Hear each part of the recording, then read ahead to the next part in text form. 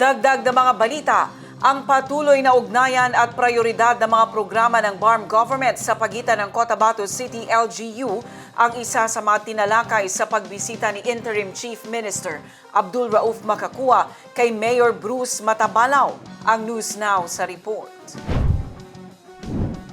Pinalakas pa ng BARM government ang koordinasyon sa mga local government units sa rehiyon.